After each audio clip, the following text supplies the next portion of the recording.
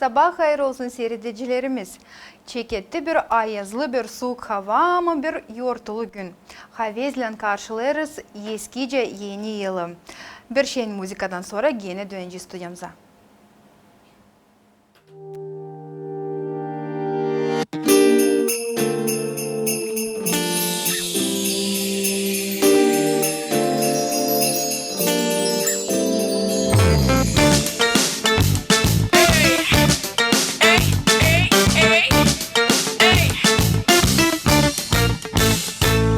Залетит на Новый год, фейерверки, небосвод, зажигаем до утра. Эй, ребята, дай огня. Не понимаю я тебя. Подарки, елка, Дед Мороз. У тебя совсем склероз. Елку с лета очень жду. Я подарочки люблю. Мы встречаем Новый год. Эй, народ, мы встречаем Новый год. А вам желаем мы успеха, везения во всех делах. Ой! Мы вам желаем много счастья, здоровья, мира и добра, удачи в море, позитива. Живите долго, господа.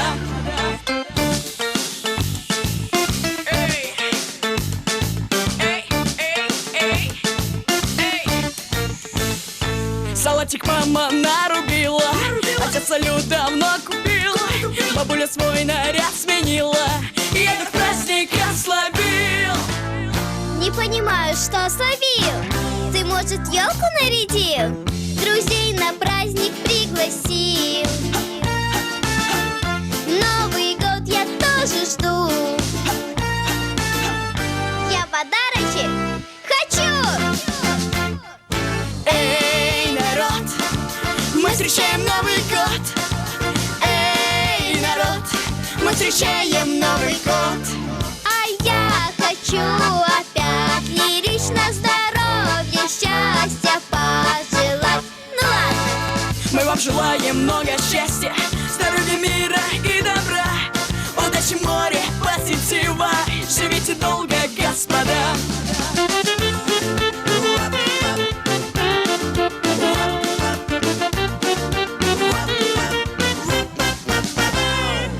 Ловите миг, храните в сердце и верьте в чудо волшебства. Ведь в Новый год приходит сказка, пусть не закончится она. Пусть не закончится она.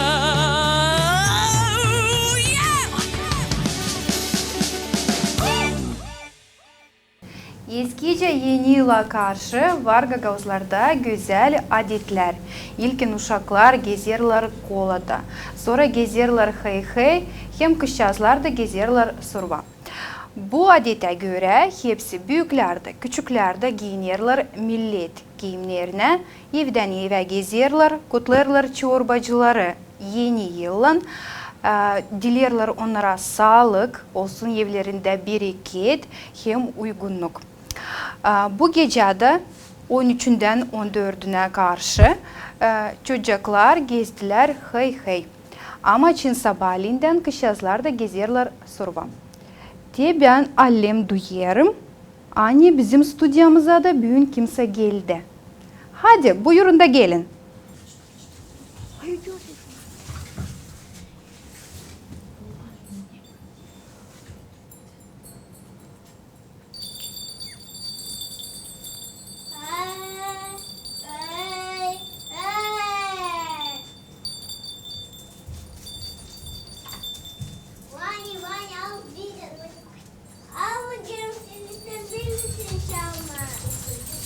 Ваня, обида,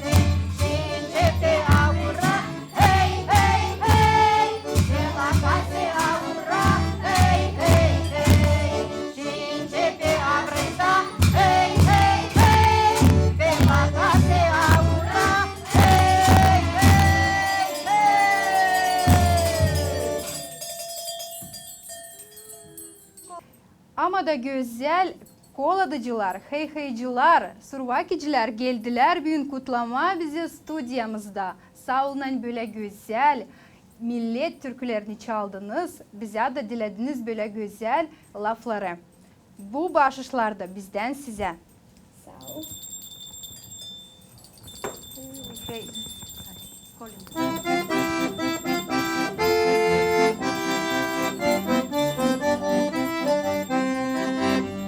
Colindem, colindem iarna, pe la uși, pe la ferești. Colindem, colindem iarna, noi dorim de sămâncești. Colindem, colindem iarna, pe la uși, pe la ferești. Colindem, colindem iarna, noi dorim de